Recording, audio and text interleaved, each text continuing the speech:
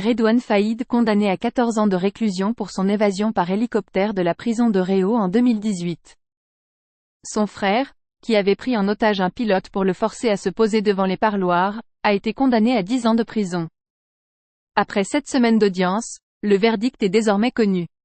Le braqueur multirécidiviste Redouane Faïd a été condamné à 14 ans de réclusion criminelle par la cour d'assises de Paris, dans la nuit du mercredi 25 au jeudi 26 octobre, pour sa spectaculaire évasion par hélicoptère de la prison de Réau, Seine-et-Marne, en juillet 2018.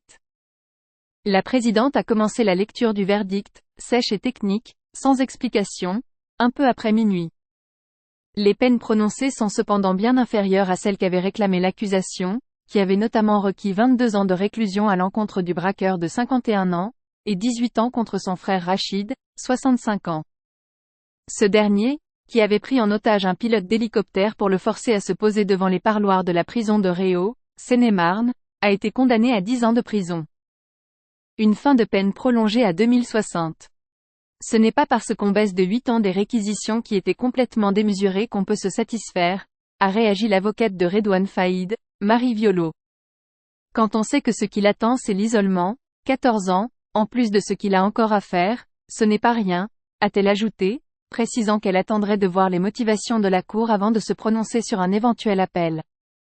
La fin de peine de Redouane Faïd, qui purgeait des condamnations notamment pour un braquage en 2011 et une précédente évasion en 2013, était prévue en 2046. La confusion de peine n'existant pas pour les évasions, cette fin de peine devrait être prolongée à 2060. Brahim Faïd, 63 ans, qui se trouvait au parloir avec son frère Redouane au moment de l'évasion, avait juré pendant ce procès de 7 semaines qu'il n'avait pas été mis au courant du projet. Les avocats généraux l'ont cru et demandé son acquittement. Pas la Cour, qui l'a condamné à 1 an de prison avec sursis. 3 neveux du braqueur, jugés pour avoir aidé leur oncle pendant l'évasion ou la cavale de 3 mois qui avait suivi, ont été condamnés à des peines de 2, 6 et 8 ans de prison. Seul point d'accord entre l'accusation et la Cour, le cas d'Alima A.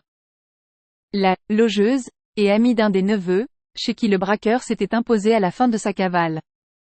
La Cour a décidé de lui faire bénéficier de l'irresponsabilité pénale et retenu la contrainte morale.